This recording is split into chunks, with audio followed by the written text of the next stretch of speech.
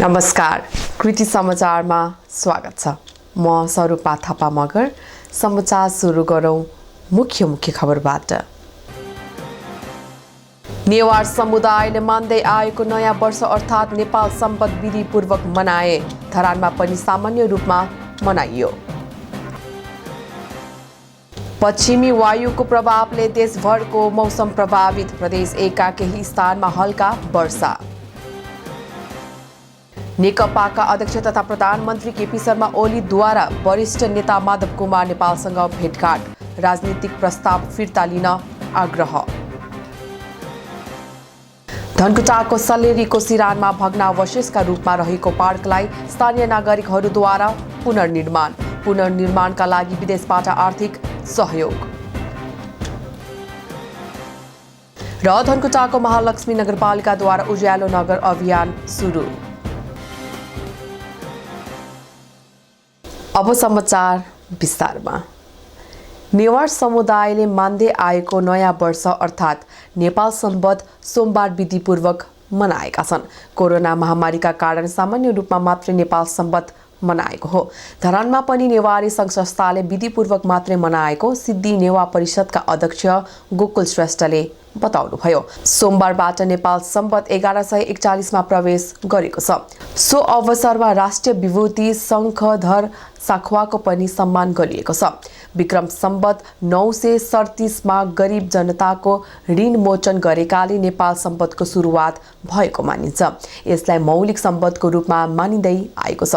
2007 मा प्रजातन्त्र स्थापनादेखि नै नेपाल सम्बतलाई राष्ट्रिय मान्यताका लागि अभियान चलाएको थियो। नेपालमा मौलिक सम्बत समेत चलाएको कार्यको उच्च मूल्याङ्कन गर्दै 2056 सालको नयाँ वर्षका दिन तत्कालीन प्रधानमन्त्री कृष्ण प्रसाद भट्टराईको सरकारले साखवालाई राष्ट्रिय विभूति घोषणा गर्नुभएको थियो। त्यसपछि नै नेपाल सम्बतको चर्चा परिचर्चा हुन थालेको हो। यसैबीच धरानका अध्येता हरेराम कर्मचारीले नेपाल सम्बतको गोजी पात्रोको लोकार्पण गर्नुभएको छ। उहाँले यसपटक नेपालका प्रथम नारीहरूको पनि उल्लेख गर्नुभएको छ। प्रदेश 1 मा सोमबार 270 जना कोरोना संक्रमित थपिएका छन्। मोरङमा 112, सुनसरीमा 97, झापामा 29, उदयपुरमा 8, पाँचथरमा 5, ताप्लेजुङ, सङ्खुवासभा, तेह्रथुम, इलाम र खोटाङमा 1-1 र प्रदेश 1 बाहिरका 14 जना रहेको सामाजिक विकास मन्त्रालयले जनाएको छ।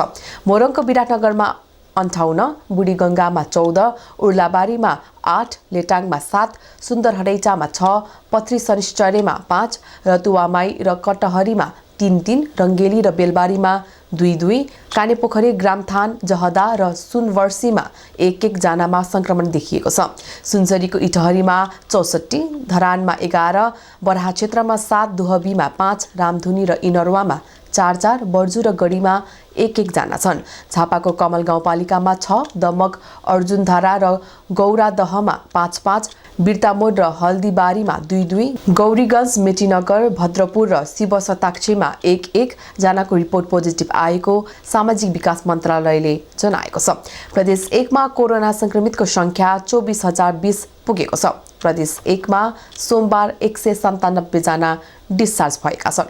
होम आइसोलेसनबाट 195 र कोशी अस्पताल कोभिड-19 उपचार केन्द्र विराटनगरमा 2 जना डिस्चार्ज भएका हुन्। हालसम्म डिस्चार्ज हुनेको सङ्ख्या 18,128 पुगेको छ। प्रदेश 1 मा सोमबार 588 जनाको PCR परीक्षण गरिएको छ। परीक्षण गरिएका मध्ये 95 महिला र 175 पुरुषको रिपोर्ट पोजिटिभ आएको हो। हालसम्म 1,79,093 जनाको PCR परीक्षण गरिएको मन्त्रालयले जनाएको छ। पश्चिमी वायुको प्रभावले देशभरको मौसम प्रभावित बनेको छ। सुदूरपश्चिम, कर्णाली, लुम्बिनी र गण्डकी प्रदेशका केही जिल्लामा बदली भई वर्षा र हिमपात भएको छ, जसका कारण देशभर चिसो बढेको छ। जल तथा मौसम विज्ञान विभागको मौसम पूर्वानुमान महाशाखाकी मौसमविद सजिना साक्यले लुम्बिनीको दाङ र बाँकेमा वर्षा भएको बताउनुभयो। त्यस्तै जुम्लामा हिमपात भएको थियो। जाडोयाममा बहने पश्चिमी वायुले नेपालमा हिमपात गराउने गरेको उहाँले बताउनुभयो। प्रशान्त महासागरको तापक्रममा आउने घटबढले पश्चिमी वायु प्रभावित हुने गरेको छ। सोमबार दिउँसो देशभर आंशिकदेखि सामान्य बदली रहने मौसम पूर्वानुमान शाखाले जनाएको छ। प्रदेश 1 का केही स्थानमा हल्का वर्षा भएको छ।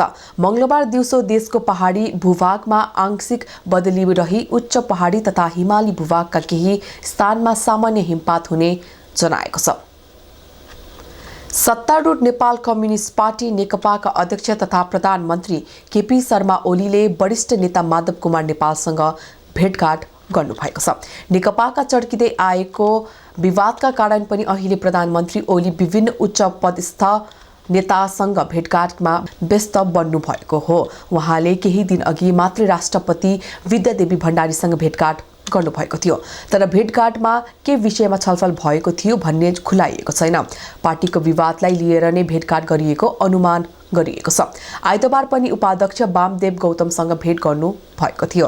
नेता गौतमले पार्टीका लागि सचिन आग्रह गर्नुभएको थियो।